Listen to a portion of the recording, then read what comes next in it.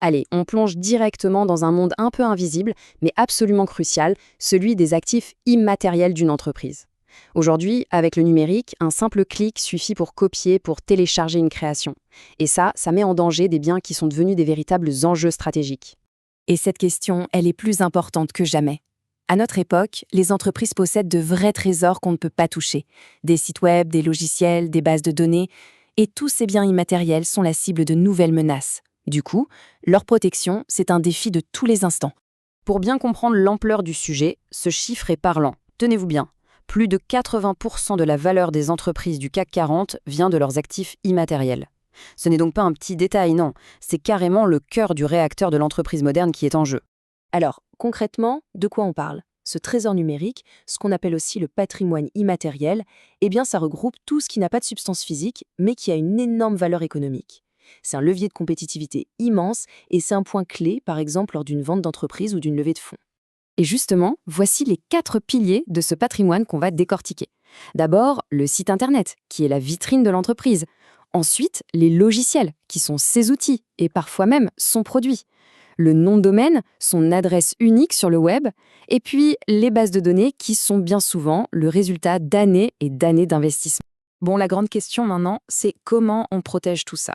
On va commencer par les sites web et les logiciels. L'arme principale, ici, c'est le droit d'auteur. Et il a une particularité vraiment intéressante. Et voilà le point crucial. Ce droit, il naît automatiquement avec la création. Pas besoin de faire un dépôt au départ. Dès qu'un site ou un logiciel existe, son créateur a un droit d'auteur dessus. C'est aussi simple que ça. Bon, évidemment, il y a un mais. En cas de problème, il faudra quand même pouvoir prouver la date de création, par exemple avec une enveloppe solo ou un dépôt à l'INPI.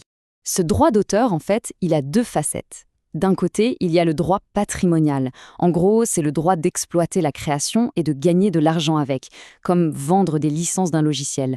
De l'autre côté, il y a le droit moral. Ça, c'est le droit de dire « c'est moi qui l'ai fait » et de contrôler comment l'œuvre est utilisée. Et si quelqu'un ne respecte pas ses droits?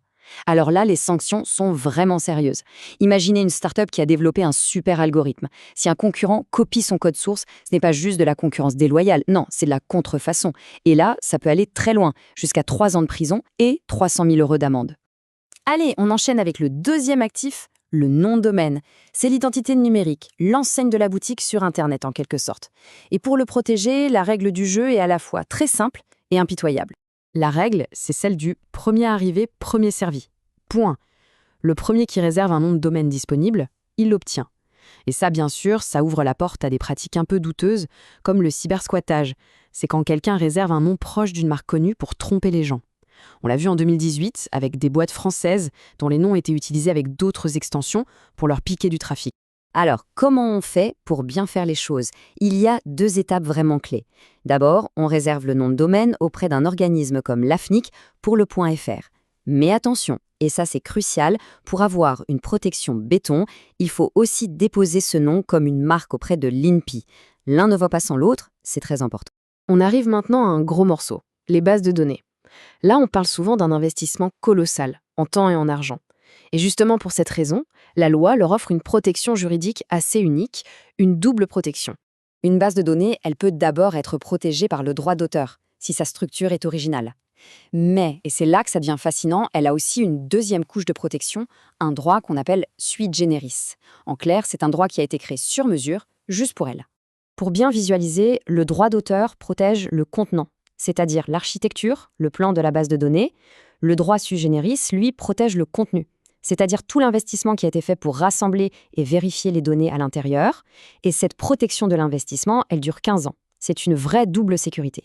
Et concrètement, à quoi ça sert? Prenons un site d'e-commerce qui a passé des mois à créer des milliers de fiches produits. Un concurrent pourrait être tenté de scraper tout ça, c'est-à-dire d'aspirer automatiquement toutes ces infos. Eh bien, c'est totalement interdit.